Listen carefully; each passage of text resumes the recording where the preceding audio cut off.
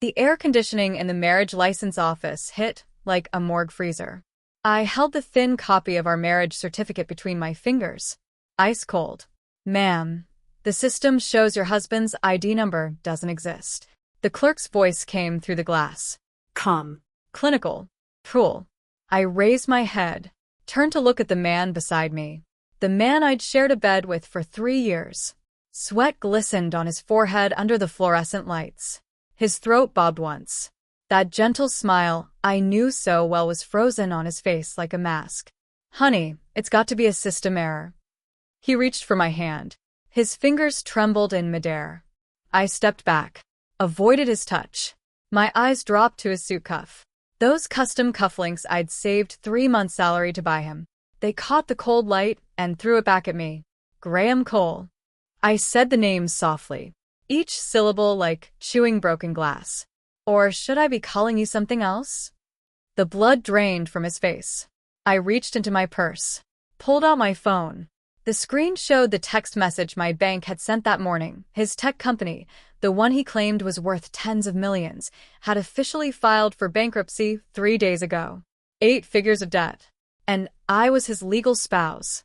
Also, the first name on his emergency contact list. He stared at me. His lips moved. No sound came out. The clock in the office read 3 p.m.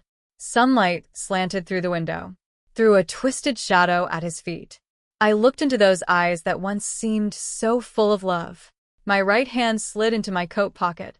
Inside was an envelope that had arrived by courier that morning. Stamped on the front, the gold embossed seal of an elite private investigation agency. 1. Graham, your collar's crooked. 7 in the morning. I stood on my toes, straightening his collar for him. He bent down and kissed my forehead. The gesture was so natural it felt like a ritual repeated 1,000 times. You're the best, honey. His voice was warm. Still rough from sleep. The hallway mirror caught our reflection. Him in his tailored charcoal suit. Me in a stained apron. The perfect urban couple. A template photograph. Big investor pitch tonight, he said, adjusting his cufflinks. His tone was casual. Probably home late. Don't wait up for dinner. Another pitch. I poked my head out from the kitchen, wiping my hands. That's what, the 4th one this year? This one's different. He turned. His eyes were electric. Bedrock Capital. Top-tier venture firm. If this closes, the company valuation triples. Minimum. His chin lifted slightly as he said it. That confidence. That posture. The way he looked when he talked about business. I used to love that about him. The way he made it seem like the entire world was under his control. Go crush it then. I handed him his warm milk. My fingers accidentally brushed the Patek Philippe on his wrist. Cold to the touch. He'd bought the watch for his birthday last year. Said he needed it for business. Image.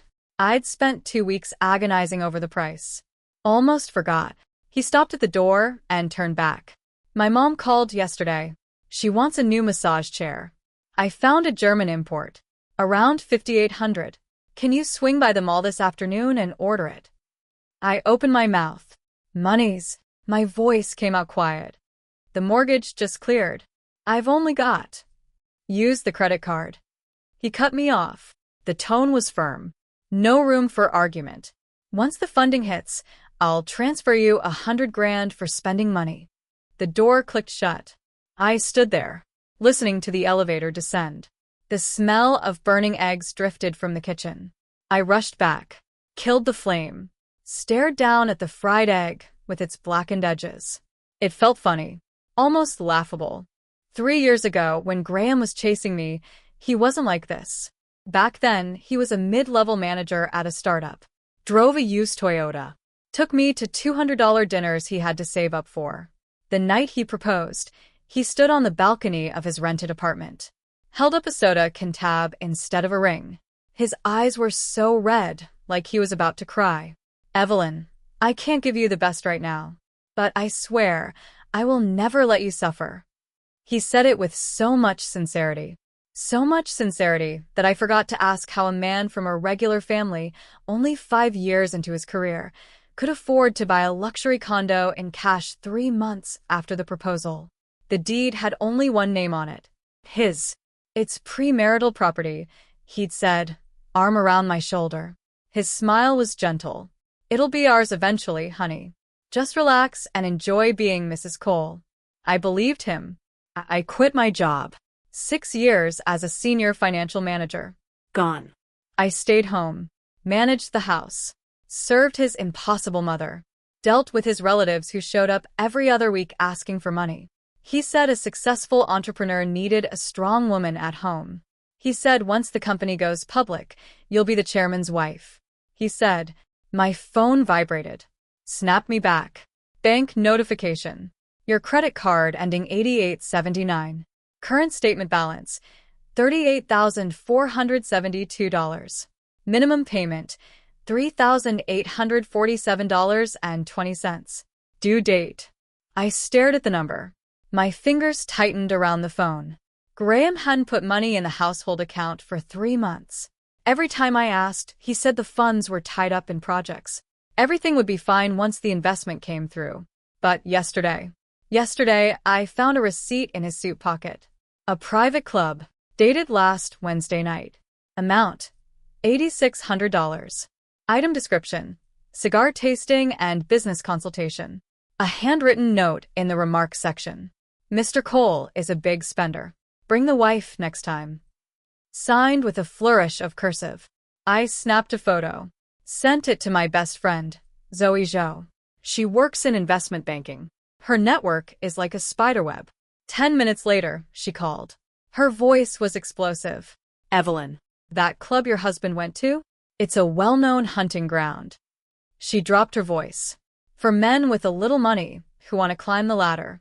You sure Graham was there for business? I gripped the phone. My palms were wet with sweat. Maybe it really was business entertainment? Business entertainment requires ordering the Midnight Rose package? Zoe's laugh was cold. You want me to read you what that package includes? The sunlight outside the window suddenly felt blinding. I walked to the floor-to-ceiling windows in the living room, looked down at the traffic below. Cars moving like ants. We lived on the 28th floor. Graham said he liked the view. The feeling of looking down on everything. Now I understood. The one looking down had never been me. 2. I didn't buy the massage chair. I called his mother. Said money was tight. We'd sort it out later. The shriek on the other end nearly pierced my eardrum. Evelyn, are you doing this to spite me? My son's company is huge. You can't afford a $5,800 chair? I know what this is. You don't want to spend money on me. Mom, Graham's company is having some cash flow. Cash flow. She cut me off. My son transferred me $50,000 just last month. For my mahjong games. And now you're telling me there's no money? Are you funneling it to your parents? I closed my eyes. Took a breath. I'm not. I don't care. The family dinner is this weekend. You better have that chair ready. Or I'll tell my son to divorce you. A hen that can't lay eggs and so damn wasteful. The call ended with a violent click. I stood there. The dial tone buzzing in my ear. Remembering the first time I met her. 3 years ago. Graham had just brought me home. His mother sat on the worn sofa in their old apartment. She held my hands, eyes glistening. Evelyn, from now on, you're my real daughter. She'd said it with so much emotion. So much that I genuinely believed I'd found a second family. Until the wedding night. After the banquet, she pulled me into a hotel hallway, pressed a piece of paper into my hand. It was a list, densely written. Rules of conduct for the Cole family daughter-in-law. Rule 1. Quit your job after marriage. Focus on serving your husband and raising children. Rule 2. Turn over your monthly salary to the mother-in-law for unified management. Rule 3. I was stunned. I took the list to Graham. He was still doing rounds of toasts. He looked at it. Laughed. Ruffled my hair. Honey, Mom's just old-fashioned. Don't take it seriously. We live our lives our way. 3 months after the wedding, he casually mentioned that my job required too much overtime. It was affecting the harmony of the household. 6 months later, I quit. Looking back now, I was certain he'd seen that list long before. Maybe even dictated it. My phone rang again. Graham. Honey, Mom just called me, crying. His voice carried a note of reproach. How could you treat an elder like that? How did I treat her? My own voice sounded unnervingly calm. Was it when I said I couldn't afford the $5,800 chair? Or when I supposedly funneled money to my parents? Silence on the other end. A few seconds. Evelyn, what's going on with you lately? His tone chilled. You're becoming more and more unreasonable. Mom is old. If she wants something, buy it for her. What's a little money? A little money? I laughed. Graham, do you know our utilities aren't paid this month? My credit card is maxed out. That little money you're talking about is 6 times my entire savings right now. I told you the funding is coming.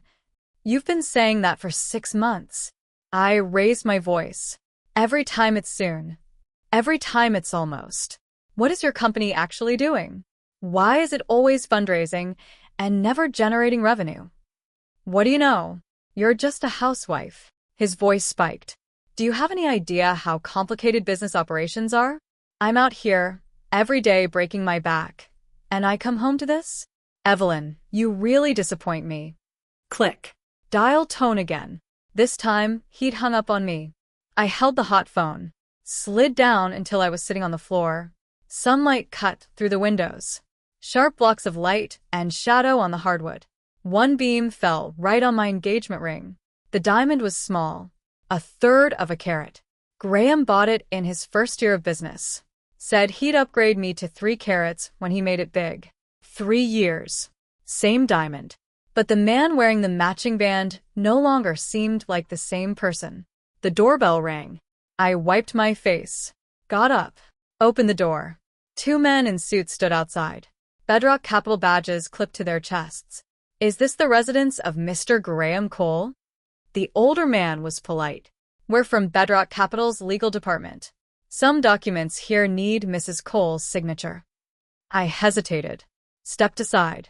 The older man handed me a thick folder. This is the preliminary notice regarding the bankruptcy liquidation of StellarTech. He opened to the first page, pointed at a line in bold. According to our information, Mr. Cole's company officially filed for bankruptcy protection 3 days ago. Total estimated debt stands at $27 million. A ringing started in my ears. How much? 27 million. The man repeated it. His eyes held pity. That includes bank loans, supplier payments, and personal investor funds. He pulled out another document. This is the list of creditors. Mrs. Cole, you might want to look at page 3. I flipped to it mechanically. My eyes landed on the first name. Creditor, Margaret Wong. Amount lent, $800,000. Date of loan, March 15, 2022. Guarantor, Evelyn Shin. My hands began to shake. Margaret Wong is my mother. 800,000. Her and my father's entire pension. A lifetime of savings. Last March, Graham said the company had an emergency project. Needed bridge capital. 3 months max and he'd pay it back. He knelt in front of my parents. Eyes red. Mom. Dad. This money decides whether my company lives or dies. I swear. Once the project lands, I'll pay you back $2 million. Principal and interest. My dad smoked an entire pack of cigarettes that night. The next morning, my parents went to the bank. Made the transfer. Graham held me. His voice choked. Honey, I will never betray you. Never. And now. Black ink on white paper. My mother's name. Right there. At the top of the creditor list. This isn't possible. My voice came out like it was floating. Graham's company is fundraising. How can it be bankrupt? The 2 legal officers exchanged glances. The older man sighed. From the bottom of the folder, he pulled out a photograph. Mrs. Cole, do you recognize this person? In the photo, Graham had his arm around a young woman's waist. They were walking out of a high-end jewelry store. She wore a massive diamond ring on her finger. Date stamp. Yesterday afternoon. This is Ms. Claire Lee. The man's voice was soft. The legal representative of StellarTech. This was changed 3 months ago, of course. Before that, the legal representative was always Mr. Cole. I stared at the photo. My eyes felt dry and painful. In the picture, Graham was laughing. Relaxed. A smile I hadn't seen in a long time. Your husband transferred all company equity and legal representative status to Ms. Lee 3 months ago. The man paused. And according to our investigation, Ms. Lee and Mr. Cole are registered as married in the civil affairs system. He handed me one final document, a copy of a marriage certificate. Bearer, Graham Cole. Spouse, Claire Lee. Registration date, June 18, 2021. 5 months before our wedding. 3. The documents slipped from my fingers, scattered across the floor. I stood there, watched the black ink on white paper spread across the polished hardwood, like a silent, absurd pantomime. Mrs. Cole. The legal officer's voice sounded far away, muffled. I crouched down slowly, picked up the papers one by one. When my fingers touched the marriage certificate copy, the cold seeped through my skin, traveled up my veins, settled in my heart. This document. My voice was terrifyingly calm. How did you get it? The older man hesitated. We were engaged by certain creditors to conduct a full asset investigation on Mr. Cole. While pulling his household registration records, we discovered the dual marriage registration. Dual marriage. For words. For knives. Sliding precisely between my ribs. So, I looked up at him. My marriage to him. It's invalid? From a legal standpoint, yes. The man avoided my eyes. Mr. Cole already had a lawful spouse when he registered a marriage with you. That constitutes bigamy. The marriage is void from inception. You bear no liability for his debts. But equally you hold no rights as a spouse. No rights to divide property. No rights to inheritance. No rights to pursue claims as a spouse. I almost laughed. So the 3 years of devotion, the 3 years of patience, the 3 years of giving everything I had, all for a worthless piece of paper, and a mountain of debt. Mrs. Cole, we strongly recommend you retain an attorney immediately. The younger legal officer spoke quietly. Among the known creditors, some have less than conventional backgrounds. They may resort to extreme measures for debt collection. Extreme measures? I repeated. Property vandalism, for example. Spray paint. His voice dropped lower. Or, they might visit your parents' home. I shot to my feet. Too fast. My vision went black for a second. I grabbed the back of the sofa to steady myself. My fingers sank into the expensive Italian leather. The sofa was imported. Graham said it was about style. Ambience. For business meetings. Now it hit me. Every piece of style in this house of lies was bought with someone's blood. I understand. I heard myself say, "Thank you." I saw the legal officers out, closed the door, leaned against the cold wood, slid to the floor. The European clock on the wall ticked. An antique Graham had bought at auction. Said it had collector's value. Now I knew. He wasn't collecting clocks. He was collecting props. More labels to project the image of a successful man. My phone vibrated furiously. Graham's name flashed on the screen. I stared at those letters. For a long time. Long enough for the call to drop. Then it rang again. The third time I answered. Evelyn, why didn't you pick up? His voice was frantic. Did someone from Bedrock Capital come to see you? Whatever they told you, don't believe it. It's all a scheme by my competitors. A scheme? I asked quietly. What kind of scheme? They're trying to destroy my company. His words came fast. Spreading fake bankruptcy rumors to tank the valuation so they can scoop it up cheap. Honey, trust me. The company is fine. We're signing the funding agreement next week. Graham. I cut him off. He stopped. Do you know someone named Claire Lee? Dead silence. Not even breathing. How? Who told you that? His voice warped. Turn dry. Like sandpaper scraping. Did Bedrock Capital put you up to this? They're trying to drive a wedge between us. Claire is just my business partner. I have a copy of your marriage certificate. Dated June 18th, 2021. I kept going. For months before you took me home to meet your parents. 9 months before you knelt in front of my parents to borrow money. Your acting is incredible, Graham. Evelyn, let me explain. Explain what? I laughed. Explain how you had your arm around Claire coming out of a jewelry store while telling me to buy your mother a $5,800 massage chair? Explain how you used my parents' pension money to support your other family? It's not like that. He was nearly shouting. Claire, her family has connections. I needed her family's resources. It's just a paper marriage. You're the one I love. A paper marriage. What a creative phrase. So, the marriage certificate with her was for resources. My voice was flat. What was the marriage certificate with me for? Because I love you. He said it with such conviction, such certainty. I almost believed him. Graham. I took a deep breath. Is your company really bankrupt? No. Absolutely not. Then why did legal officers show up at my door with bankruptcy documents? Those are fake. Fabricated. What about my mother's $800,000? My voice started to tremble. When are you paying it back? Silence again. Longer this time. Long enough that I could almost hear the gears grinding in his head. Honey. His tone suddenly softened. Tearful. Help me one last time. Please. I just need another $500,000. I can turn this around. I swear. This time. I don't have money. You can borrow it. His voice turned urgent. Zoe works in investment banking. She has connections. Or go apply for some credit cards.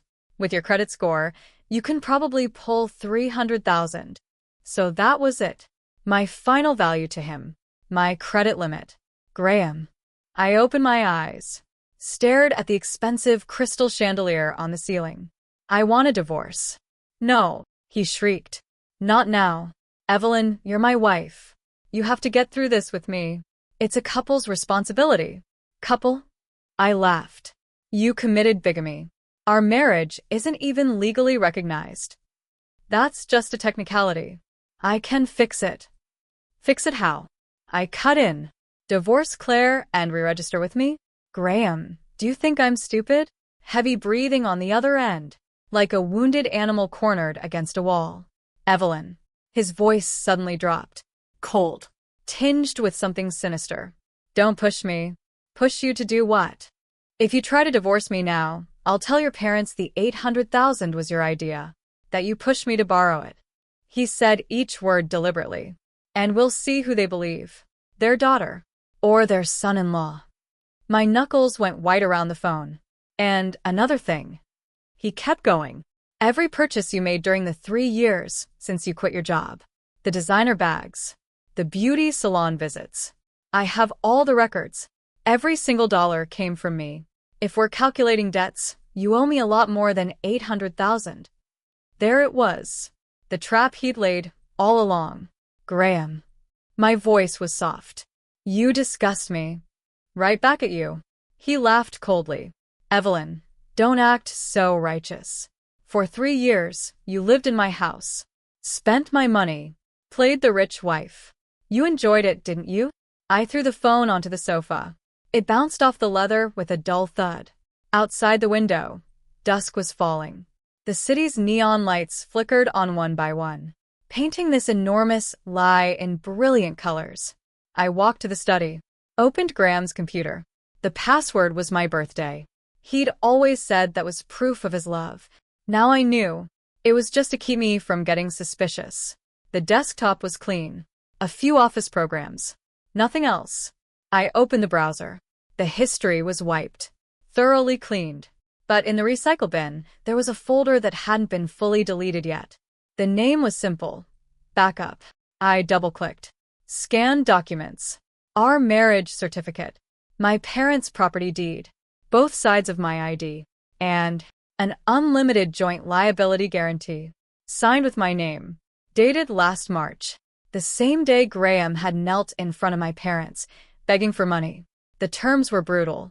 If the borrower, Graham Cole, failed to repay on time, the guarantor, Evelyn Shin, would bear unlimited joint liability with all current and future assets. The signature. I stared at the familiar strokes of the pen. My blood ran cold. It was my handwriting, but I had no memory of signing anything like this. Unless, the night before our wedding, Graham said there were some routine documents for the ceremony.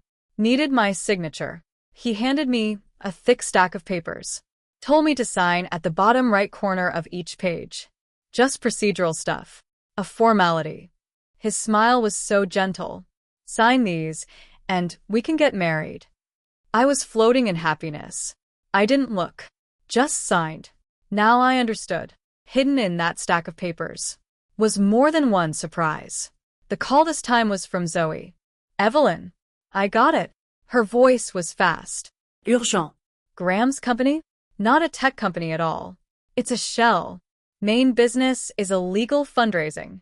Details. He used buzzwords. Blockchain. Metaverse. Collected deposits from regular people. Promised 30% annual returns. Zoe was talking at lightning speed. But all that money? He used it for his own lifestyle. Robbing Peter to pay Paul. Now the chain is broken. At least 20 investors have lost everything. How much total? 50 million. Minimum. Zoe paused. And Evelyn. There's something else. Clearly is not his wife. She's his sister. Zoe's voice dropped. Blood sister. They altered their ages. Forged household registration documents. Used a fake marriage certificate as cover. The real purpose was to hide assets. My brain went blank. Sister? Yeah. Real name Claire Cole. 3 years younger than Graham. They're from a rural town in the Northwest. Parents died when they were young. The siblings went out on their own very early. Zoe sighed. Graham did time before for fraud. Got out 3 years ago. All his identity documents? Fake. Fake. The name was fake. The ID was fake. The company was fake. Even the marriage was fake. Only the stolen money was real. Only the 3 years of my youth were real. Evelyn, you're in danger right now. Zoe's voice was serious. Those investors can't find Graham. They'll come after you. Listen to me. Leave that apartment immediately. Find somewhere safe. And call the police. The police. Right. It was time. I hung up with Zoe. Started packing. I didn't take any valuables. The designer bags, the jewelry. All bought with dirty money, I realized. Just one small suitcase. A few changes of clothes. My most important documents. At the door, I looked back at the home I'd lived in for 3 years. The crystal chandelier still sparkled. The Italian sofa still looked expensive. Everything was pristine. Glossy. Just like the lies Graham had woven. I pulled the door open. Someone was standing in the hallway. Graham. He leaned against the wall. Suit wrinkled. Tie crooked. Eyes bloodshot. A cigarette burned between his fingers. Ash fell onto the expensive hallway carpet. Burned a small hole. Honey. He looked up. Forced a smile. Where are you going so late? 4. The hallway motion sensor light clicked off. Darkness closed in. The only light was the red ember of Graham's cigarette. Move, I said. He didn't. Evelyn. Let's talk. His voice was hoarse. Tired. Pleading. Just 10 minutes. There's nothing to talk about. Just 10 minutes. His voice spiked. The light snapped back on. Harsh, white glare across his face. Exposed the panic in his eyes. Please. I'm begging you. I looked at him. The man I'd once committed my life to. Now he looked like a stray dog. Fine. I set my suitcase against the wall. 10 minutes. He exhaled. Stepped aside to let me back in. The living room was a mess. Empty bottles on the coffee table. Ashtrays overflowing. The air was thick with stale alcohol and nicotine. His polished executive image had shattered completely. Sit. He gestured at the sofa. I didn't move. I'll stand. He gave a bitter laugh. Collapsed onto the sofa himself. Rubbed his face with both hands. The company, it's really done. He spoke into his palms. Over 20 million in debt. Creditors at the door, every day. Claire, my sister, she ran off last week. Took the last bit of cash in the accounts. I said nothing. I know I've done you wrong. He raised his head. His eyes were red. Evelyn, for 3 years, I genuinely wanted a life with you. The fake identity. I had no choice. I have a record. Can't find decent work. Had to. Had to lie? I finished. He choked. Graham. I looked straight at him. You lied to me for 3 years. Cheated my parents out of $800,000. Swindled at least 20 investors out of 50 million. And now you're telling me I had no choice. Is that supposed to make it all go away? I'll pay it back. He shot to his feet. Just give me one more chance. Evelyn, help me. One last time. Ask Zoe for 500,000. No, 300,000. I've got a project. A real one. Just need startup capital. Every project you've ever had was a turnaround project. I cut him off. What's this one going to do? Steal from the next batch of victims. His face went pale.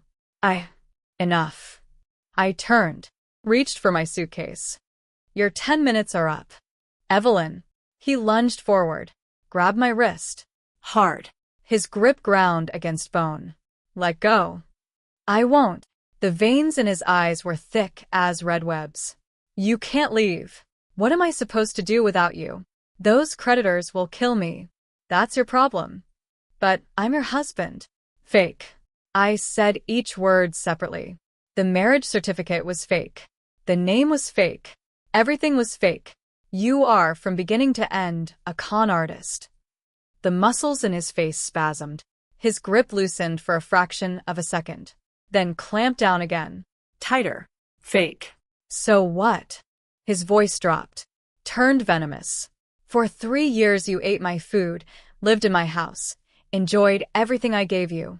Now I'm in trouble and you want to dust off your hands and walk away? The world doesn't work like that, Evelyn. I looked at the madness in his eyes. It was almost funny.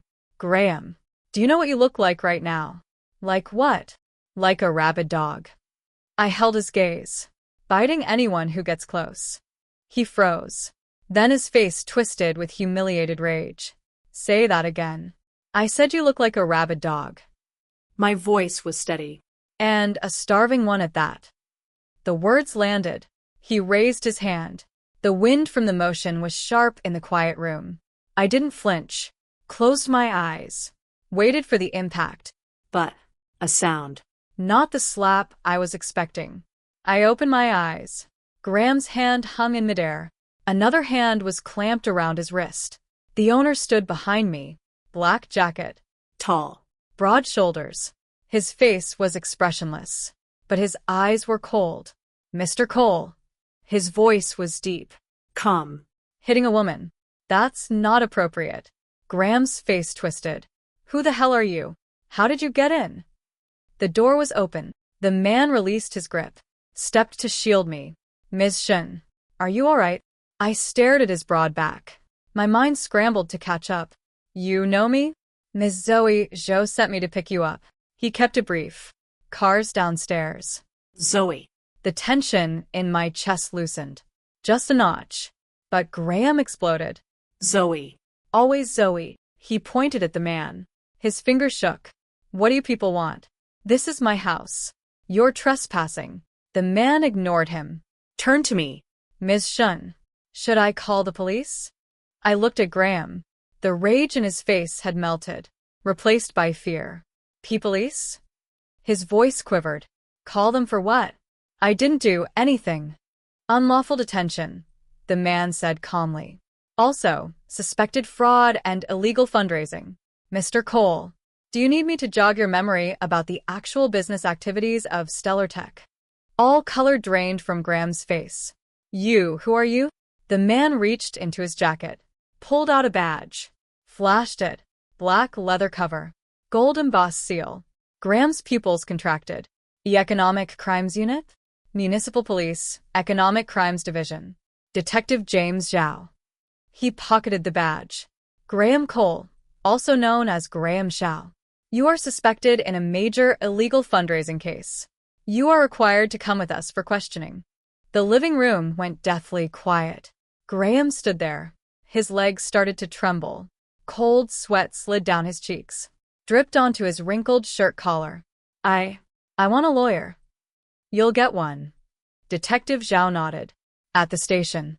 You'll be given the opportunity. No. No, I'm not going. Graham suddenly spun, made a break for the bedroom. Detective Zhao moved faster. One step. Twisted Graham's arms behind his back. Click. The handcuffs closed. Crisp and sharp. Graham was pressed face down onto the sofa, his cheek against the cold leather. He made a whimpering sound. Evelyn, save me. He turned his head. His eyes locked onto me, desperate. For the sake of 3 years together. Please. Save me. I looked at him, the man who had once sworn to give me a lifetime of happiness. Now squirming like a worm on the sofa. 3 years of what? I asked quietly. Was there ever anything real between us? His mouth opened. No sound came out. Detective Zhao pulled him upright. Turn to me. Ms. Shen, we'll need you to come to the station as well. To make a statement. All right. I grabbed my suitcase. Followed Detective Zhao. At the door, Graham suddenly thrashed. Evelyn, you can't do this to me. I'm your husband. You're my wife. Legally. Legally, you're a bigamist. I stopped, looked back at him. And Graham? What's your real name? Is it even Graham? You couldn't even give me your real name. And you call yourself my husband. He went rigid. His face cycled through emotions. Rage. Fear. Then a kind of hollow, shattered bewilderment. I don't. I pulled the door open. Mr. Zhao, I'll see you at the station. The hallway light clicked on again. It lit up Graham's hunched back as Detective Zhao led him out. Stooped. Broken. Nothing like the confident, polished man he used to be. The elevator doors slid shut. In that final moment, I saw him lift his head, look at me one last time. Something in his eyes had shattered. 5. The interrogation room at the police station was blindingly white. Detective Zhao brought me a cup of hot water. Set it on the table. Ms. Shen, don't be nervous. Just routine questioning. He sat across from me. Opened his notebook. Tell me everything you know about Graham Cole. Or Graham Zhao. In detail. I wrapped my hands around the paper cup. The warmth spread through my fingers. He told me his name was Graham Cole. My voice came out scratchy. We met 3 years ago. He said he was an overseas graduate with a master's degree, executive at a tech company. We dated for a year, got married. I quit my job after. I spoke slowly, peeling back the layers of the past 3 years, detail by detail. All the moments I'd once thought were sweet, now they were full of holes. Things I should have noticed. He never introduced me to colleagues. His company was forever fundraising, forever pitching, never producing anything real. Those wealthy relatives who'd suddenly appear, dripping in designer clothes. But their behavior always fell off. Those relatives were hired actors, Detective Zhao said when I'd finished. His voice was calm, including the so-called aunt who returned from abroad. She's a widow from the village next to his hometown. $500 per appearance. Transportation included. I closed my eyes. My stomach churned. So, everything was fake? Not everything. Detective Zhao paused. He might have had genuine feelings for you. I laughed. Tears came with it. Detective Zhao, a man whose very name was a lie. And you're talking about genuine feelings? He was silent. When did you start investigating him? I asked. 6 months ago. He closed his notebook. We received multiple reports about Stellarteca's illegal fundraising. During the investigation, we discovered that Graham Zhao, aka Graham Cole, had a prior fraud conviction, released 3 years ago. After getting out, he rebuilt his identity and upgraded his schemes. Upgraded. Before, he went after small money. Now he goes after big money. Detective Zhao looked at me, and he learned to use marriage as a cover. You were his third wife. Third. My grip tightened around the cup. Knuckles white. The first 2. First one was from his rural hometown. 3 months of marriage. He took $50,000 in bride price and vanished. Detective Zhao's voice was quiet. Second was the daughter of a small business owner. 1 year. Took $2 million. Disappeared. You were the third. And the most successful. The most successful. Because I was the most foolish. Foolish enough to quit my job. Cut my social ties. Believe completely in the fairy tale he was weaving. My parents' 800,000. My voice shook. Can it be recovered? Detective Zhao was silent for a few seconds. We'll do everything we can, he said. But Graham Zhao's assets have largely been transferred. His sister, Claire Zhao, also known as Claire Li, fled to Southeast Asia last week. She took most of the stolen funds. Recovery will be difficult. I nodded. That was about what I'd expected. So, what do I need to do now? Sign this statement. He slid a pen across the table. Then go home. Wait for updates. We'll notify you of any progress. Home. I gave a bitter laugh. That apartment. It's not mine either, is it? The deed is in Graham Zhao's name. Detective Zhao paused. But it was purchased with illicit funds. It's a seized asset. You won't be able to go back there. I sat in the chair. A sudden chill ran through my body. No home. No job. My parents' pension. Gone. 30 years old. Starting from zero. Miss Shen. Detective Zhao stood. Ms. Zhou is waiting for you outside. She's arranged a place for you to stay. I looked up. Thank you. No need. He walked to the door. Then turned back. Evelyn. He used my first name. Yes. Don't blame yourself. His voice was steady. Con artists don't succeed because their victims are stupid. They succeed because they're cruel. I looked at him. The detective had clear eyes. Thank you, I said again. Walking out of the interrogation room, Zoe rushed forward and wrapped her arms around me. Evelyn, are you okay? Did that bastard hurt you? I'm fine. I patted her back. Just tired. Come on. You're staying at my place. She pulled me toward the exit. And don't worry about work. My company needs a senior financial manager. You can start anytime. Salary and benefits. Better than before, guaranteed. I looked at her eager face. My nose stung. Zoe. Stop right there. Zoe glared. Don't you dare thank me. What are we? College roommates. You helped me fight off that mistress. I helped you curse out that scumbag ex. This is a life-or-death friendship. I laughed. And then the tears came. Why are you crying? Zoe scrambled to wipe my face. He's not worth a single tear. We're moving forward, okay? Okay. In Zoe's car, I watched the city blur past the window. Same city, same lights, same traffic. But my life had been turned completely upside down. My phone buzzed. Unknown number. I hesitated. Answered. Hello. Ms. Evelyn Shen? A man's voice. Professional. I'm an attorney with Apex Law Group. I've been retained to represent you in asset recovery and rights claims related to the Graham Zhao case. I blinked. I didn't hire any attorney. The retainer was placed by Ms. Zoe Zhou. The attorney continued smoothly. She's paid the legal fees in advance. We've been authorized to handle your case in its entirety. Ms. Shen, regarding the illegal fundraising case, there are several key points we need to discuss. I looked at Zoe. She was focused on the road. Her profile steady and determined under the streetlights. Go ahead. First, your marriage to Graham Zhao, while legally void, does not preclude you as an unknowing party from seeking compensation for emotional damages. The attorney's voice was measured. Second, the $800,000 lent by your parents. Although structured as a loan, Graham Zhao's actions constitute fraud. This can be pursued through criminal restitution. Third, and most critical. He paused. During our investigation into Graham Zhao's asset transfers, we discovered an overseas account. The account holder is his mother, Patricia Cole. I gripped the phone tighter. His mother? I thought she was dead. He lied about that as well.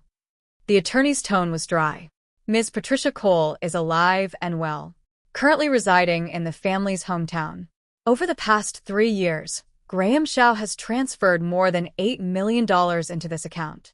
$8 million. My parents' $800,000 was just pocket change to him. Your point is? That money is stolen funds. The attorney's voice was steady. If recovered, it will be distributed proportionally to victims. You and your parents are on the victim list. I hung up, leaned back against the headrest, let out a long breath. Well, Zoe asked. The attorney says there's hope of recovering some of the money. See. Zoe grinned. I told you, there's always a way forward. Yeah. There was always a way forward. I just had to walk it myself. The car stopped in front of Zoe's building. I grabbed my suitcase, followed her upstairs. In the elevator, Zoe suddenly spoke. Evelyn, that Detective Zhao, he's a good guy. I paused. What? Back at the station. He specifically told me, make sure you're not afraid. The law will give you justice. Zoe winked. And he's pretty good looking too. I let out a tired laugh. Of all the things to think about right now, there's always time for this. Zoe was indignant. Out with the old, in with the new. Graham was garbage. You deserve better. Way better. Better. I shook my head. I'm not in that headspace right now. No rush. Zoe patted my shoulder. Focus on work first. Earn that money back. Men can wait. She opened the door. Her apartment wasn't big, but it was warm. Stuffed animals on the sofa. Travel photos on the walls. The air smelled faintly of vanilla candles. This is what a real life was supposed to feel like. You take the master bedroom. I'll take the guest room. Zoe left no room for argument. New towels and toothbrush in the bathroom. My pajamas are in the closet. They'll fit. Tomorrow, I'm taking you shopping. Zoe, shut up, she glared. One more thank you, and I'll be seriously angry. I smiled. Fine. No more thanks. After the shower, I lay in the unfamiliar bed, stared at the ceiling. My head was a mess. 3 years of memories flickered past like a broken film reel. The sweet moments, the tender words, the solemn promises. Now I saw them clearly. Elaborate traps, carefully set. And me, walking right into them like a blind woman. My phone rang again. Mother-in-law. No. Patricia Cole. I stared at the name flashing on the screen. Hesitated. Answered. Evelyn. The shrill crying stabbed through the speaker. My son has been arrested. They say he's a fraud. How is that possible? My son is so outstanding. How could he be a fraud? Did you frame him? I closed my eyes. Miss Cole. Graham Zhao is guilty of illegal fundraising. The evidence is solid. Graham Zhao? My son's name is Graham Cole. She shrieked. Evelyn. I'm telling you, go to the police station right now and drop the charges, or you'll regret it. I can't drop them, I said. This case was initiated by the police.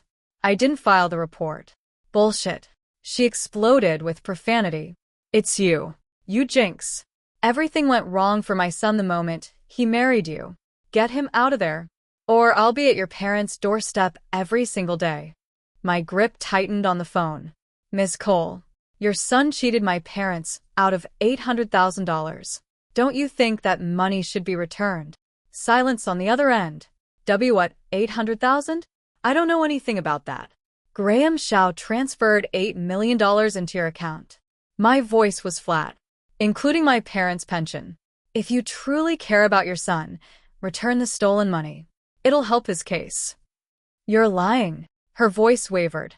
I don't have any $8 million.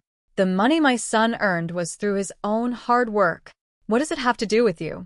Whether I'm lying or not, the police will investigate. I kept my voice calm. Miss Cole, every transaction in your account, can it withstand scrutiny? She hung up.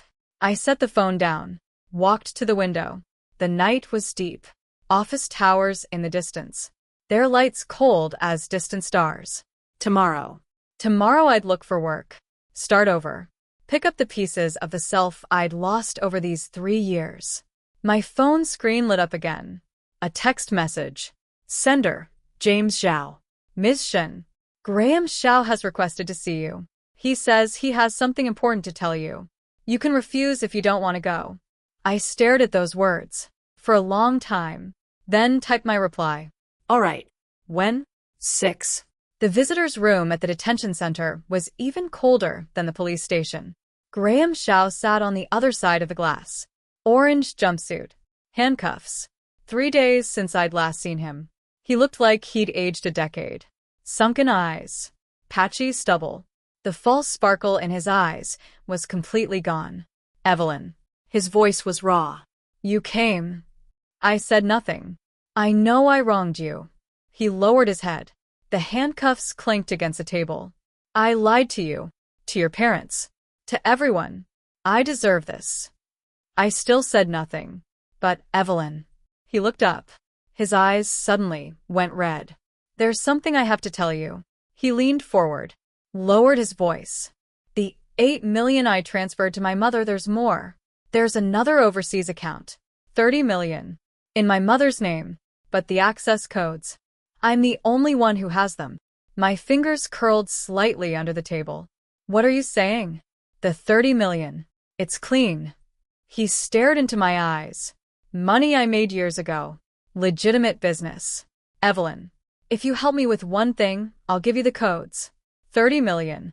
Enough for you and your parents to live comfortably for the rest of your lives. Help him. I looked at the familiar calculation in his eyes. It was almost laughable. Help you with what? Find Claire. His words sped up. My sister is in Thailand. She has my passport and more money. Find her.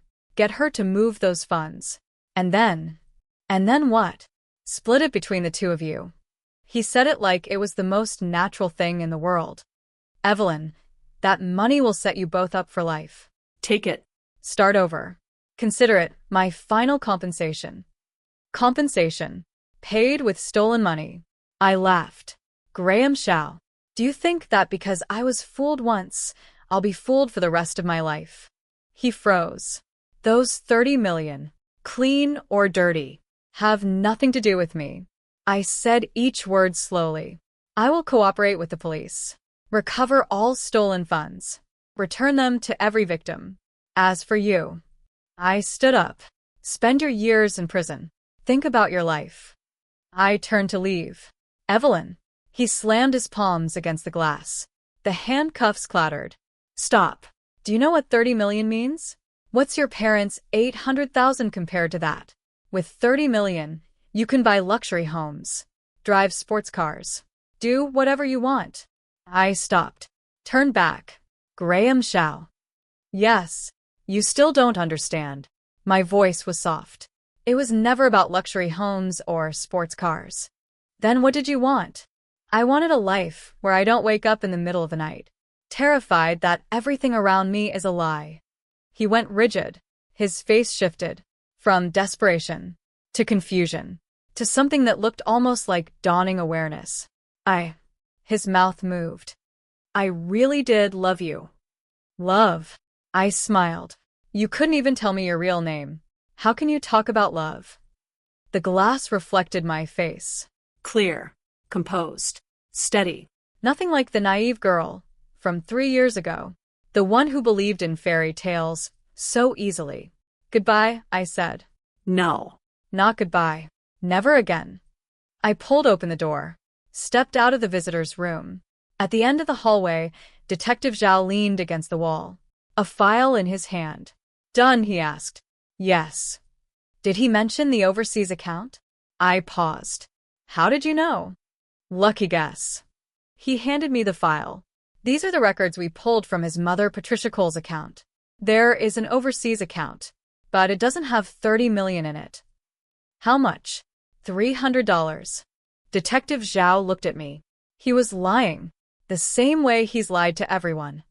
I took the file, looked through the dense transaction records. The final entry, $300. Date. Yesterday.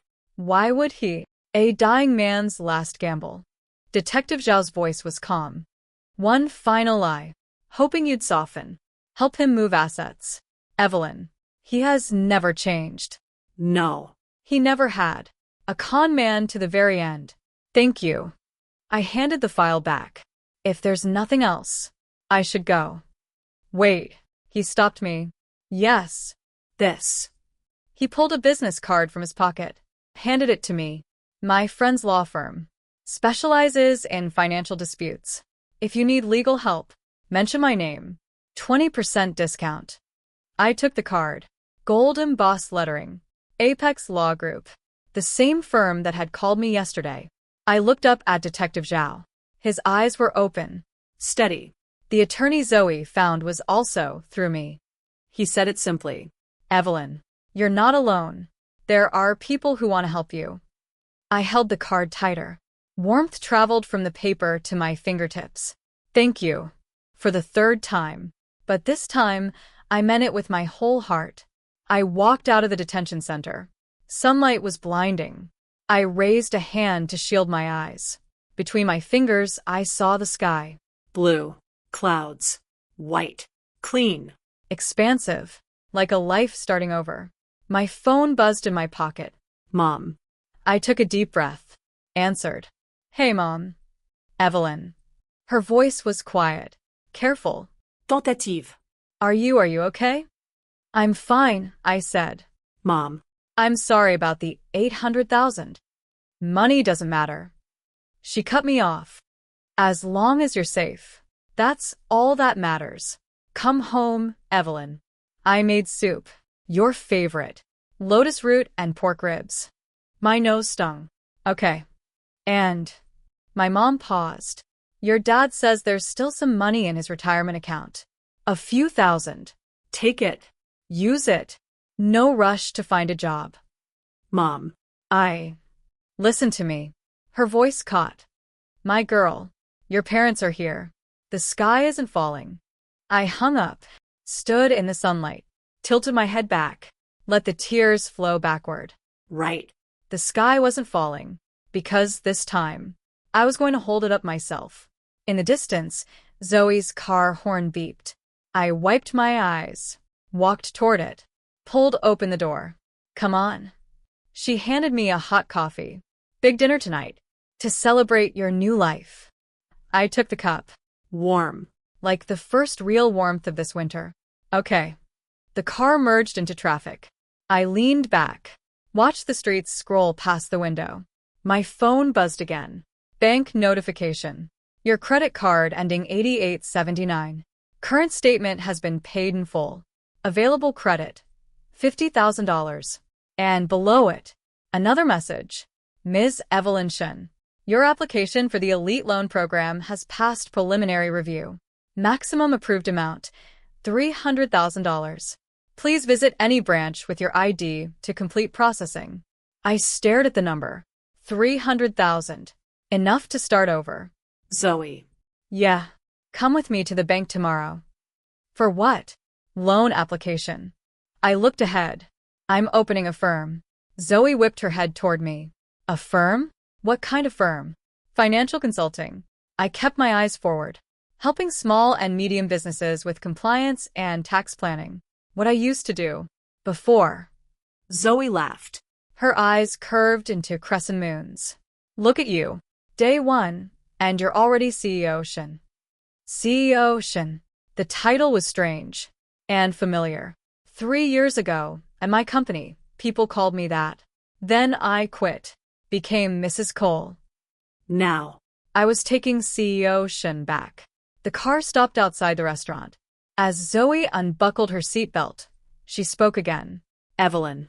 That Detective Zhao, he's really something. I sighed. Again? I'm serious. She turned to me. Honest. Stable job. Good looking. And clearly invested in you. Think about it. Not thinking about it. I pulled open the door. Right now, I'm only focused on one thing. Making money. Making money and dating aren't mutually exclusive. They are. I looked back at her. Because, this time, I'm going to love myself first. Zoe paused, then smiled. All right. CEO Shen. That's a power move. I walked into the restaurant. Warm air washed over me. The hostess led us to our table. I sat by the window. Looked at my reflection in the glass. Eyes determined. Spine straight. No longer the Evelyn who needed to attach herself to someone else to exist. My phone buzzed on the table. Unknown number. I hesitated. Answered. Hello. Ms. Evelyn Shen? A woman's voice. Young. With a deliberately sweet tone. This is clearly Graham Zhao's sister. I tightened my grip on the phone. What do you want? I want to talk, she said, about the money my brother transferred to our mother. The money is stolen. It should be returned to the victims. I know. She paused. But I still have some funds. Money I earned myself. Clean. I want to use it to make a deal with you. A deal. The Cole family. Consistent to the end. What kind of deal?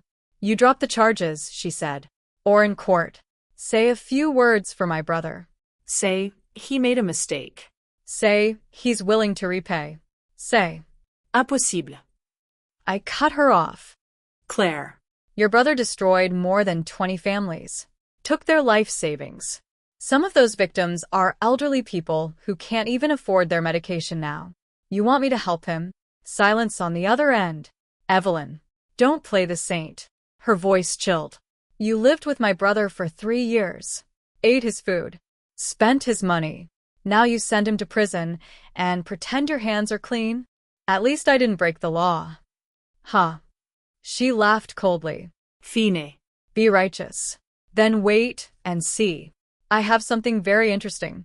Something that will ruin your reputation completely. What kind of something? Guess.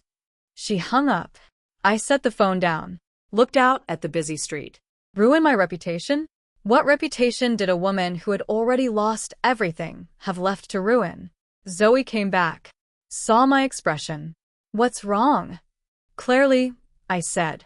Graham Zhao's sister. What did she want? To threaten me? Zoe's face darkened. She wouldn't dare. I'm calling Detective Zhao. Don't. I shook my head. She'll expose herself eventually. But let's eat. I picked up my chopsticks. Food first. Everything else later.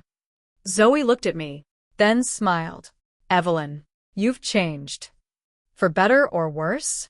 Stronger, she said. I like it. Yes. Stronger. Because someone who has been weak once will treasure the chance to be strong more than anyone. The food arrived. Steaming hot. The way life should be. I picked up a piece of pork rib. Put it in my mouth. Savory. Tender. A familiar taste. And the taste of a new beginning.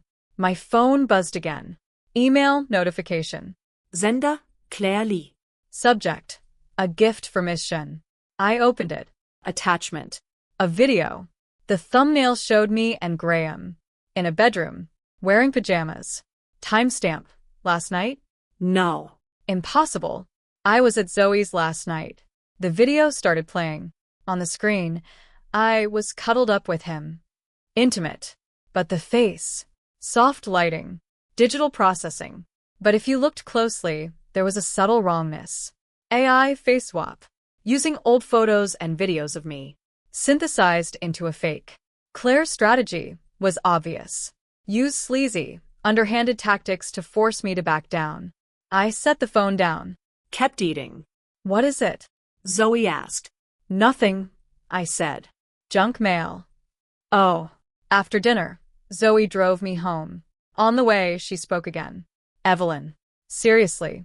Think about Detective Zhao. I sighed. Zoe. I'm not in the headspace for romance. I know. She paused.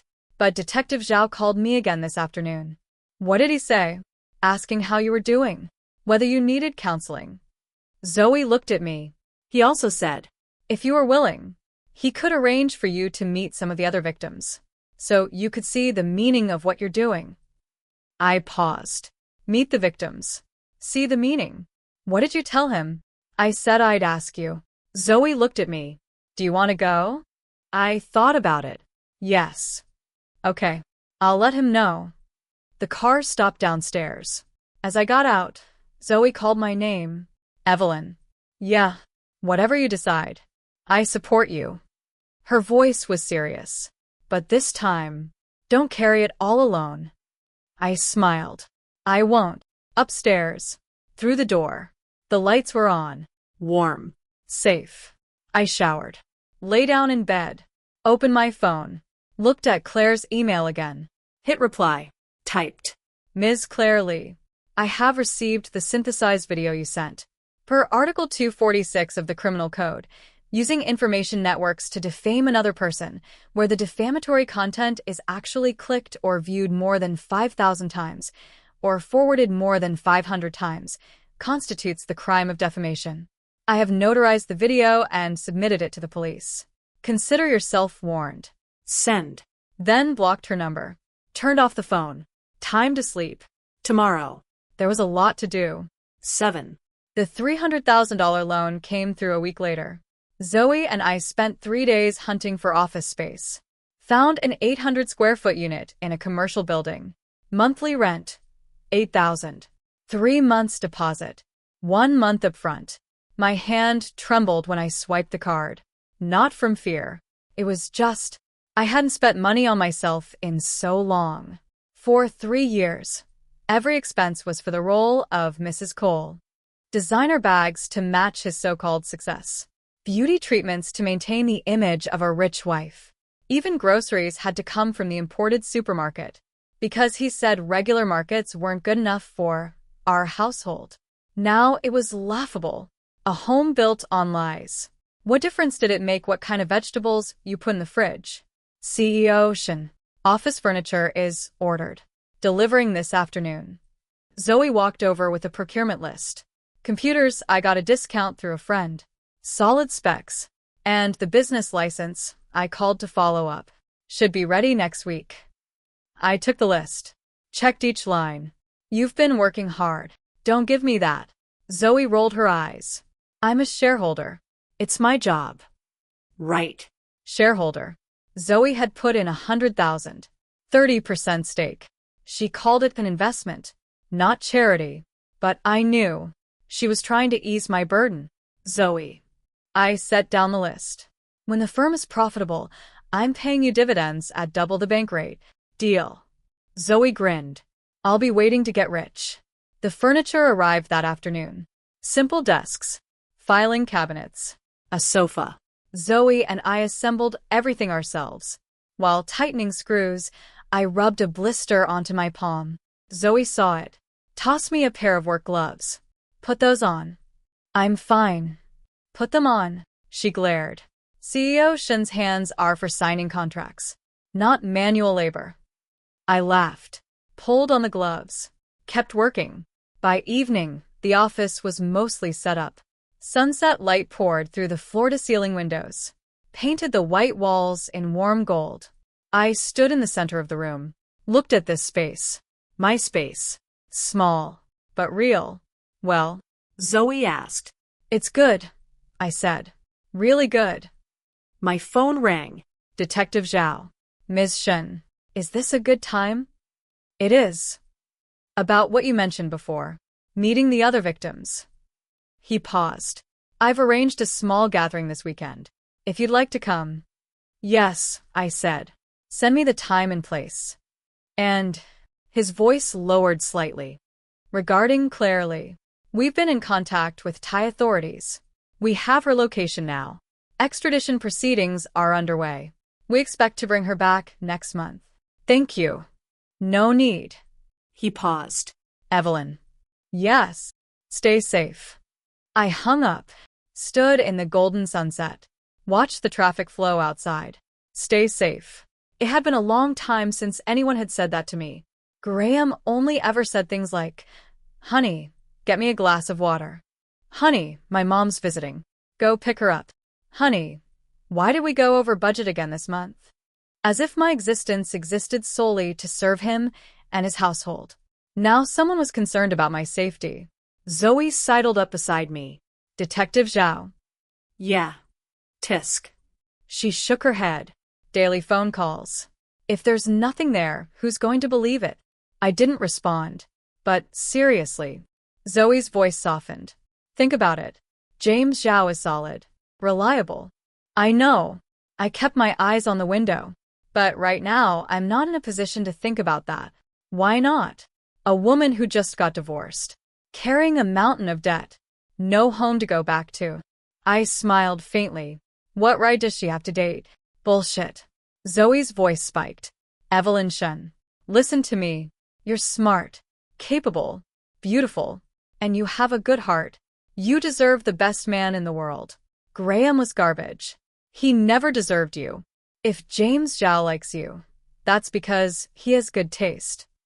I looked at Zoe's indignant expression, felt warmth bloom in my chest. Got it. Got it? Then act on it. She jabbed my arm. Next time he asks you out, don't say no. Fine. The weekend came. I went to the meeting Detective Zhao had arranged. It was in a small conference room at the community center. When I arrived, there were already 7 or 8 people inside. An elderly man with white hair, a young mother holding a baby, a middle-aged man in work clothes. Every face was etched with exhaustion and despair. Detective Zhao saw me. Nodded. This is Evelyn Shen, he introduced. She's also a victim. Every pair of eyes turned toward me. Some curious, some sympathetic, and some carrying a flicker of hostility. Her husband was the con man. A stocky man suddenly stood up, pointed a finger at my face. She's in on it. The room went dead silent. Detective Zhao frowned. Mr. Wang, watch your language. Ms. Shen is a victim. She didn't know. Didn't know? The man laughed coldly. Married 3 years and didn't know? You expect me to believe that? She was his accomplice. Now that her husband's in jail, she's here pretending to be innocent. I stood my ground. Didn't speak. Didn't explain. Because I knew. In moments like this, any explanation was useless. Lao Wang. An old man in the corner spoke up. His voice was gravelly. Don't go after the girl. I've met her parents. Old Shin and his wife gave their entire pension. 800,000. A lifetime of savings. The stocky man froze. Really? You think I'd lie? The old man sighed. Old Shun's my chess buddy. These past months, he's been a wreck. His daughter divorced. Money gone. It's a tragedy. The stocky man looked at me. The hostility in his eyes slowly gave way to something more complicated. He sat down. Said nothing else. Detective Zhao motioned for me to sit. The meeting began. Each person took a turn, telling their story. Mr. Wang, taxi driver, invested 200,000. His son's wedding fund. Mrs. Li, retired teacher, invested 150,000. Medical savings for her and her husband. The young mother was named Tina, single parent, invested 50,000. 3 years of factory work. Everything she had. After each person spoke, the room fell into silence. The kind of silence that crushed you. Finally, it was my turn. My voice came out hoarse. My parents invested 800,000. Their pension. I paused. And I gave 3 years. 3 years of youth. 3 years of trust. 3 years of my life. I know some of you probably think I deserved it. I lifted my head, met their eyes. I think I deserved it too. Too naive. Too trusting. Too easy to fool. No one spoke. But deserving it doesn't mean the scammer is blameless. I said each word deliberately. Graham Zhao conned all of us. He deserves to pay the price. Price? Mr. Wang laughed bitterly. He goes to prison. Does our money come back? No, I admitted. But at least he can't hurt anyone else. What good does that do? Tina suddenly burst into tears. My money's gone. My son's tuition is due next month and I can't pay it. The scammer goes to jail. Can he pay for my son's school? She sobbed uncontrollably. The baby in her arms started crying too. The room filled with the sound of suppressed weeping.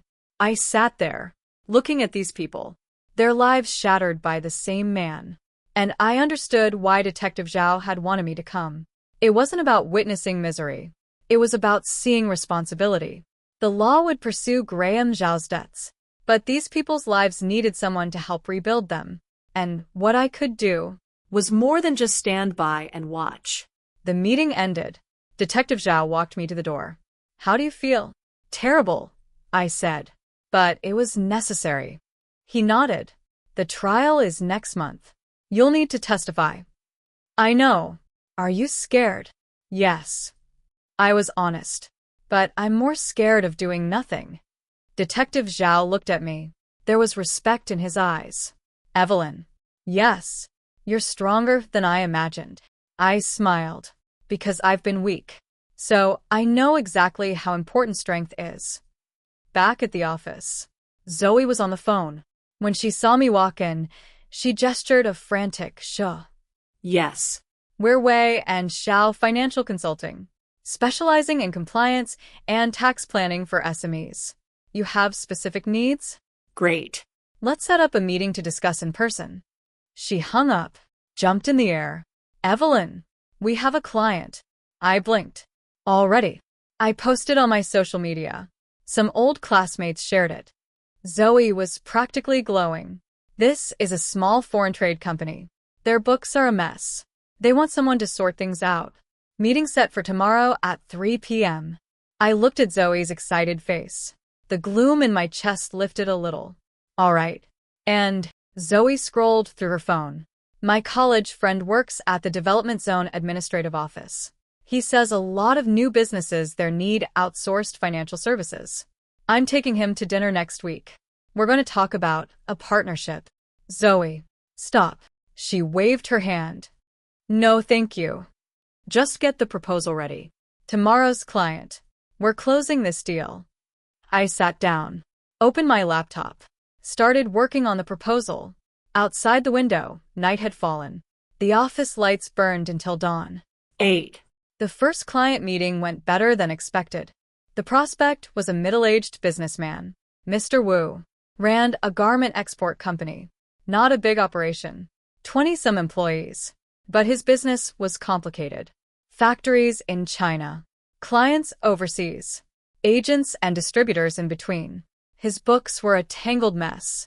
Ms. Shun, I'll be honest with you. Mr. Wu rubbed his hands together. Last year, I overpaid taxes by at least $150,000. My accountant is my sister-in-law. Family is family, but professionally, well. I flipped through the ledgers he'd provided. He was right. It was bad. Deductions missed. Allocations wrong. Cost accounting was a disaster. Mr. Wu, here's what we'll do. I closed the books. 3 things. First, reconstruct your accounting for the past 3 years. Fix what needs fixing. Claim what needs claiming. Second, build a standardized financial process. Reimbursements. Procurement. Cost tracking. Third, tax planning. Legal optimization. How much, roughly? He asked cautiously. Base annual fee. $80,000. I met his eyes. That covers monthly bookkeeping, quarterly tax filing, year-end audit coordination.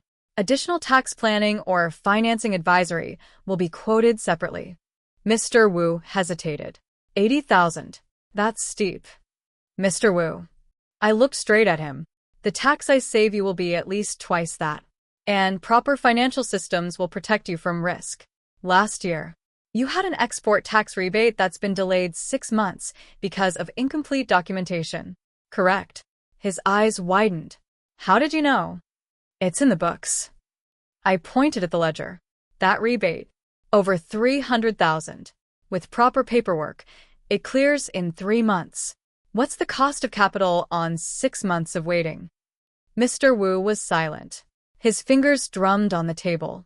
All right, he slapped the table. Ms. Shen, I trust you. $80,000 it is. But we're signing a performance clause. If you actually save me $160,000 in taxes, I'll pay you a 20% bonus. The contract was signed on the spot. 50% upfront. $40,000.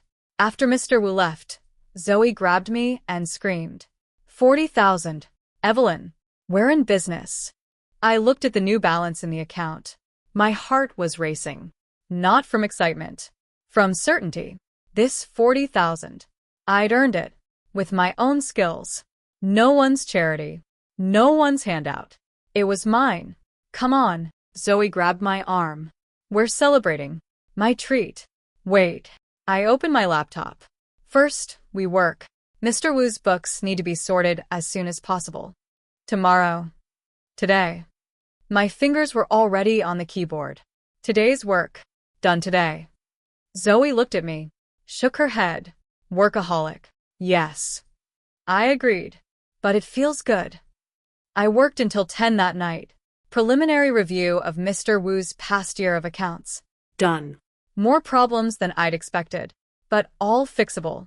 I shut the laptop, rubbed my stiff neck. My phone buzzed. Mom. Evelyn. Have you eaten? Yes, I lied. How are you and Dad? We're fine. She paused. So, Graham's trial. Next month. Yes. You're testifying? Yes. Silence stretched on the other end. Mom. Don't worry.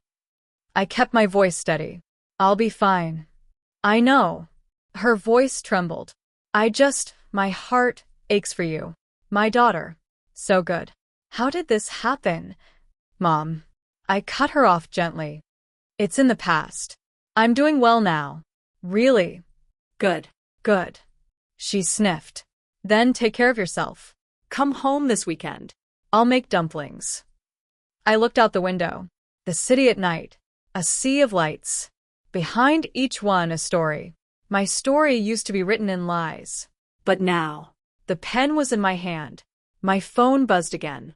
Detective Zhao. Ms. Shen. Are you still up? I am. Is it convenient to come downstairs? I'm outside your office building. I paused, walked to the window, looked down.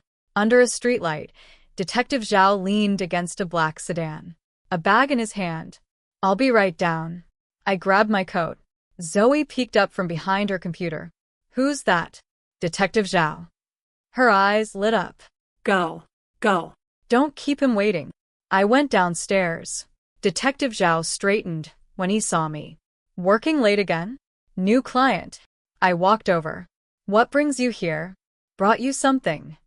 He handed me the bag. At the last meeting, I noticed you had blisters on your hands. This ointment is effective. I looked inside.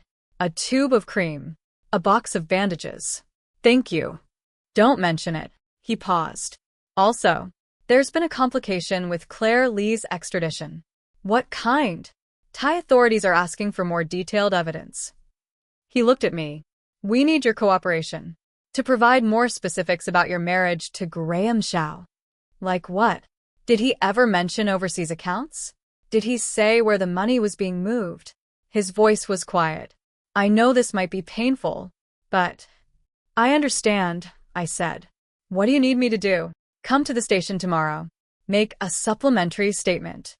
All right. Detective Zhao nodded. I should go. Get some rest. He turned to leave. Detective Zhao. I called out. Yes. Have you eaten? He paused. No, I said. Me neither. Join me. He looked at me. The streetlight reflected in his eyes. Warm. We went to a nearby congee shop. 2 bowls of congee. A few small side dishes. Do police officers often skip meals? I asked. Habit. He took a spoonful of congee. During heavy caseloads, instant noodles are a luxury. That sounds rough. It's the job. He paused. What about you? The firm just started. Feeling the pressure? Yes. I was honest. But it's better than when I was Mrs. Cole. More grounded. You're brave. Not brave. Just out of options. You had options. He set his spoon down. A lot of people in your situation would have chosen to hide. But you stood up. You're even thinking about helping the other victims. Because. I paused. I've seen their despair. Detective Zhao said nothing. The shop was quiet. Just the faint rustle of the owner tallying bills at the counter. Detective Zhao. I put down my spoon. Can I ask you something? Go ahead. Why are you helping me so much? Because it's my job. Is that the only reason? I looked into his eyes. He was silent for a moment. His fingers traced the rim of the bowl. No, he finally said. It's not the only reason. Evelyn, I've seen a lot of victims. Some wail and blame the heavens. Some drown in resentment. Some become perpetrators themselves. But you're different. How? You're standing in the ruins. And you're trying to build a new house. He said it quietly. That's rare. I lowered my head. My eyes stung. Thank you. Don't mention it. He paused. Also, stop calling me Detective Zhao. What should I call you? James. he said. Or just Zhao. I looked up. He was looking at me. Ernest. Okay, I said. James. He smiled. When he smiled, fine lines crinkled at the corners of his eyes. It was a warm smile. After we ate, he drove me back to the office building. Get some rest, he said. See you tomorrow. See you tomorrow. I watched his car drive away. The taillights traced a red arc in the darkness, like a shooting star. I closed my eyes, made a wish. May everyone who has been deceived find the strength to start again. May everyone who has lied pay the price. And may I never again belong to anyone but myself. I went upstairs. Zoe hadn't left yet. So? How was it? She pounced. What did you talk about? Work. That's it. We ate dinner. Zoe rolled her eyes dramatically. Evelyn Shen, you are truly talented at staying single. No rush. No rush. She smacked my arm. A man like James Zhao? Do you know how many women would kill for a chance? Then they can have him. You. Zoe sputtered. Fine. Be stubborn. Let's see how long you hold out. I opened my laptop. Kept working. Hold out? There was nothing to hold out for. Because this time I was standing on my own 2 feet. 9. A week before the trial, Claire Lee was extradited back to the country. When Detective Zhao called with the news, his voice was tired. It wasn't smooth, he said. She found a local man in Thailand. Almost got married. If we'd been any slower, she would have disappeared. Where is she now? Detention center. He paused. She's asking to see you. No. She says she has information about your parents' 800,000. I tightened my grip on the phone. Is it real? I'm not sure, he said, but you could find out. I was silent for a few seconds. All right. The same detention center. The same glass window. Claire Lee sat across from me. Same orange jumpsuit. But she was different from Graham. No fear on her face. No remorse. Just a cold, numb indifference. Evelyn. Her voice was hoarse. You won. I said nothing. How many years did my brother get? Haven't been sentenced yet, I said. But at least 10. She laughed. Ugly laugh. 10 years. Fine. Better than being outside. He was living like a dog anyway. You said you had information about my parents' 800,000. I cut her off. What is it? The information is... She leaned forward, lowered her voice. That 800,000 never went into the company account. What do you mean? My brother never intended to use that money for business. Claire stared into my eyes. That 800,000. He gave it to me, right after. To you? That's right. She curled her lip. For plastic surgery, etiquette classes, image consulting. He said if I could marry a rich man, our family would be set. My stomach churned. So, that 800,000 was for your makeover? Not just that. She shrugged. Designer bags. Clothes. Renting luxury apartments. Evelyn, do you realize your parents' pension funded my life as a rich socialite in Thailand for 6 months? My hands curled into fists under the table. Why are you telling me this? Because I want my brother to suffer. Claire's voice was flat. He ruined my entire life. Now, I'm going to ruin his. Claire, that 800,000, most of it's gone. She smiled. But I hid a few gold bars in Thailand, worth about 300,000. I'll tell you where they are. In exchange, you help me get a reduced sentence. I opened my eyes, looked at her. Claire. Yes. Do you think I'll make a deal with you? She froze. Why wouldn't you? 300,000. Enough for your parents to retire on. What about the other victims? I asked. Mr. Wong's 200,000. Mrs. Lee's 150. Tina's 50,000. Who's going to pay them back? Claire was silent. You and your brother destroyed over 20 families. My voice was steady. And now you want to buy a reduced sentence with 300,000? Claire. You're just as selfish as he is. It's sickening.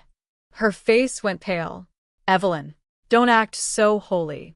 If you're so pure, Why did you fall for my brother in the first place? It was because he acted rich and successful, wasn't it? We're all the same. No one's hands are clean. You're right. I nodded. I was foolish. I was naive. I deserved what I got. But I didn't break the law. She went rigid. You and your brother did. I stood. Claire. Spend your years in prison. Think about what the two of you have done. I turned to leave. Evelyn. She slammed the glass. You'll regret this. I still have dirt on you. What kind of dirt? Guess. She shrieked. Enough to destroy your reputation. The same old script. Claire. You and your brother. Even your threats are identical. I pulled open the door. Walked out. Detective Zhao was waiting. How did it go? She admitted the $800,000 was spent on her, I said. She offered the location of some gold bars worth $300,000 in exchange for a reduced sentence. Did you take it?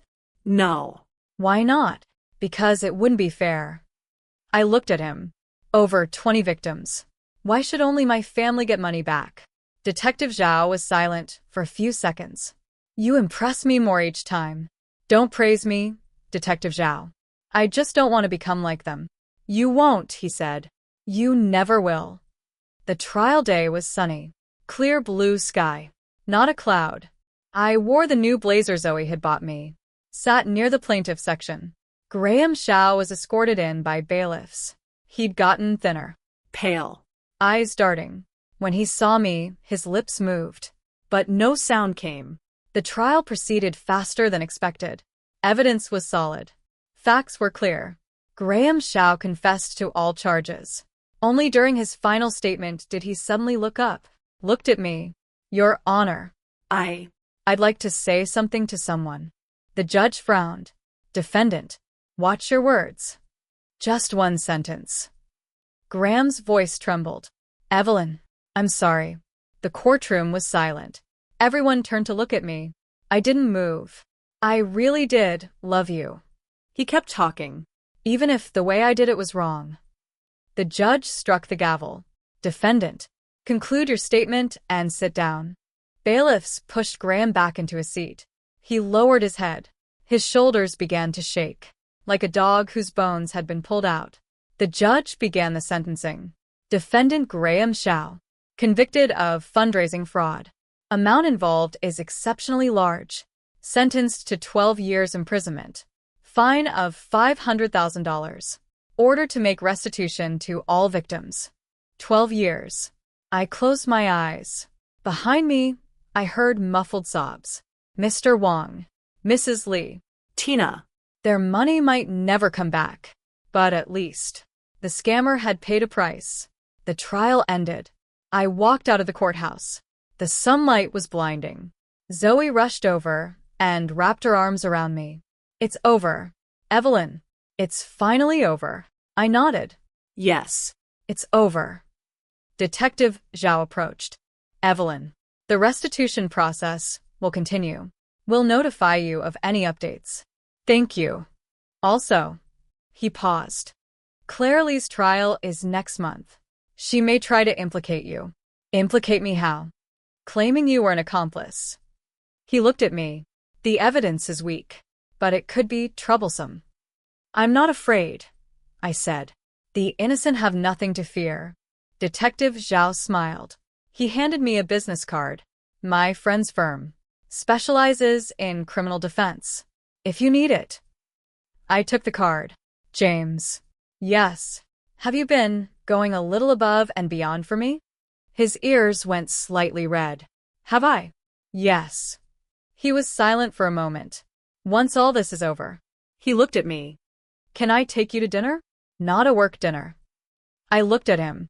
The sunlight was in his eyes. Bright. Okay, I said. He smiled like a kid.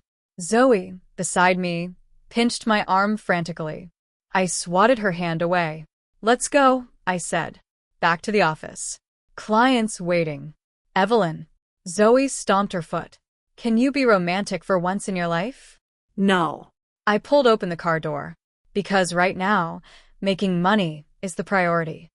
The car pulled away from the courthouse. I watched the building recede in the rearview mirror. Goodbye, Graham Shao. Goodbye, those 3 years.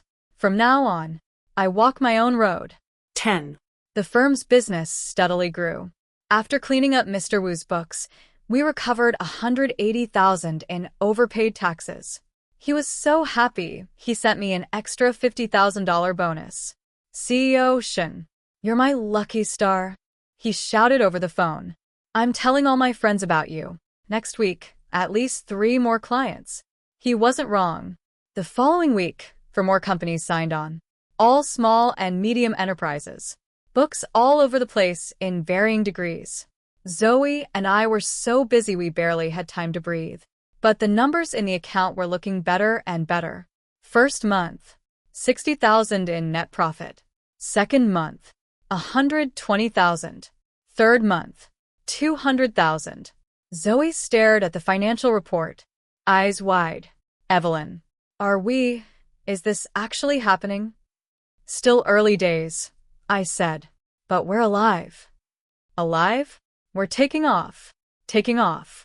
Yes. That was the word. Claire Lee's trial came next. She tried to bite me, just as predicted. Claimed I was an accomplice. Said I knew everything. But the evidence was lacking. The judge dismissed it. In the end, she was sentenced to 5 years for concealing and covering up criminal proceeds. As she was led out of the courtroom, she looked back at me. A complicated expression. Hatred, resentment, and maybe a trace of envy. Envy for what? My freedom? My new beginning? I didn't know. And I didn't care to find out.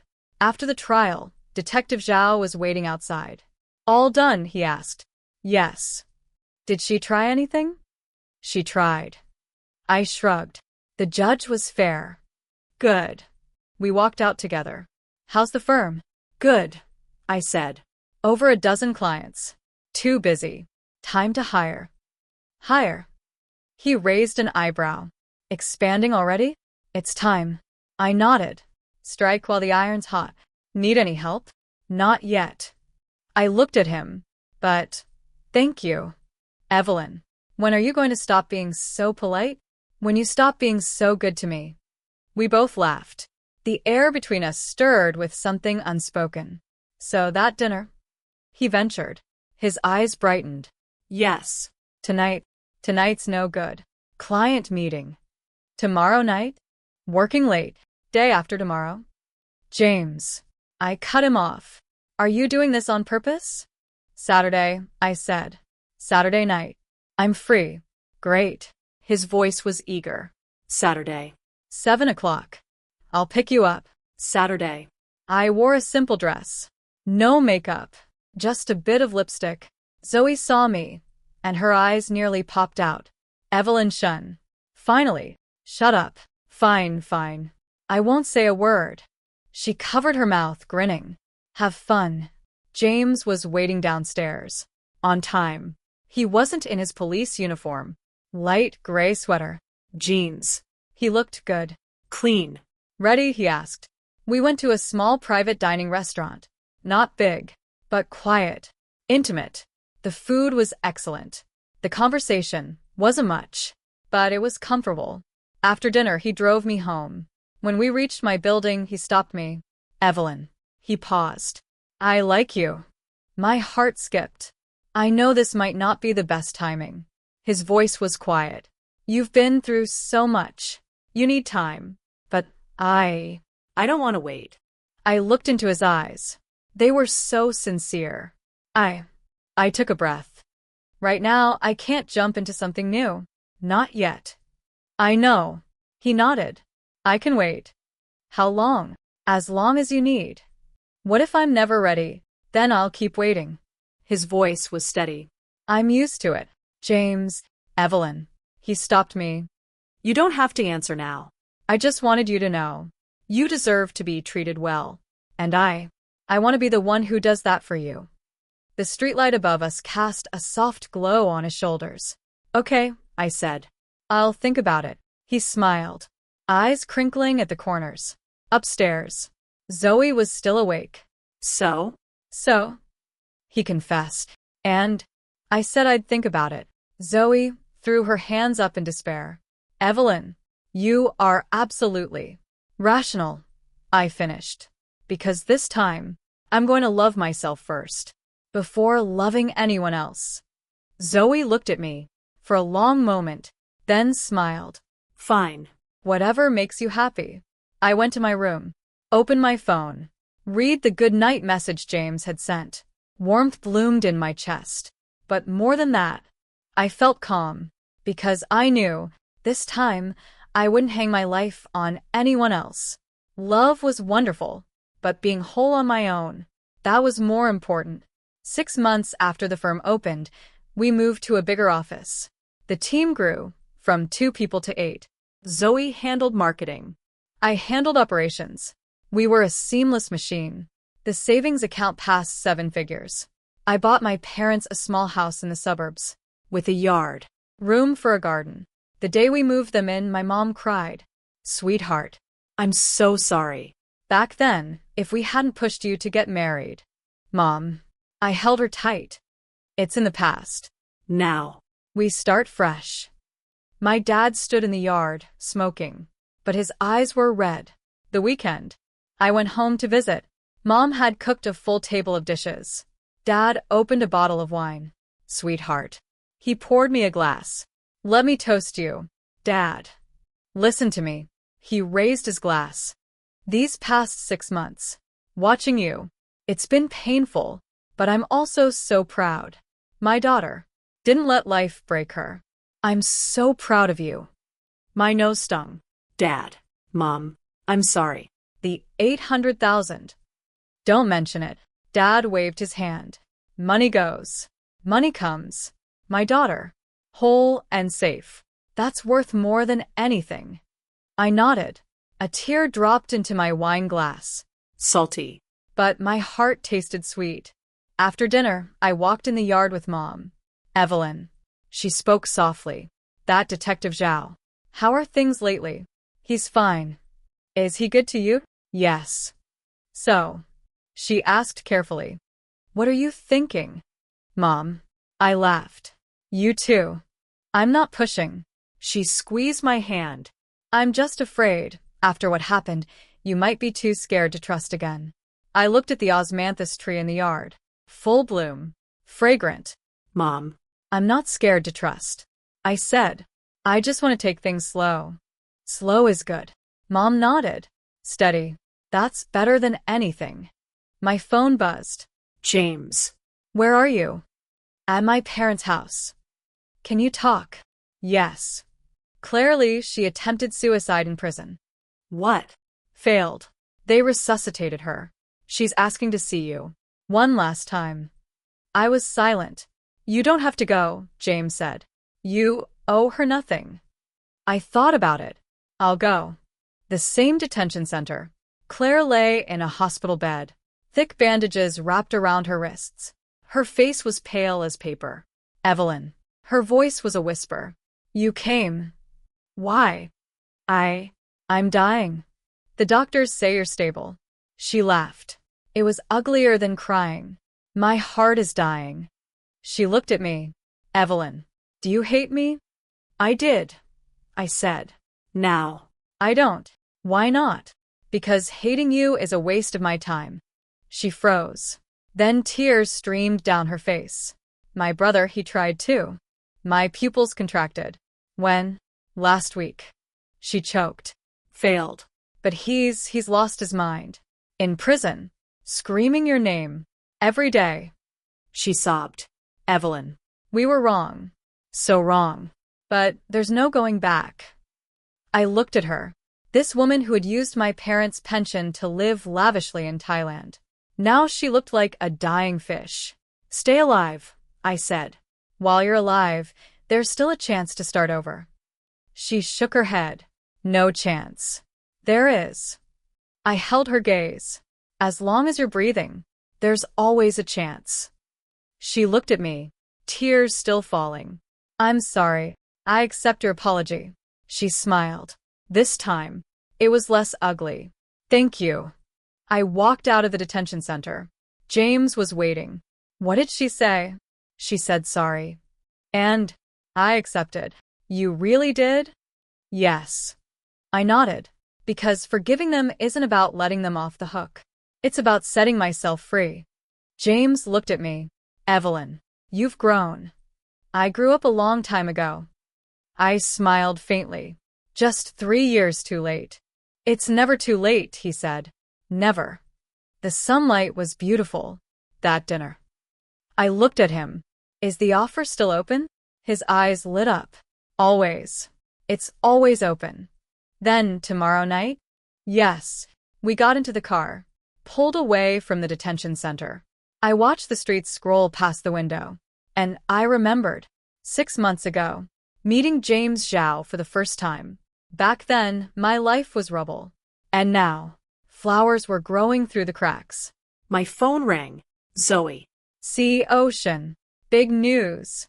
The development zone wants to introduce us to a major client. Publicly listed company. Annual fee starting at $1 million. I'm on my way. I turned to James. Can you drop me at the office? Right now. Yes. I nodded. Time to make money. James laughed. All right. CEO Shen. The car turned, headed toward the office. Toward my future. Toward my new life. Toward. A life I would never again hand over to anyone else.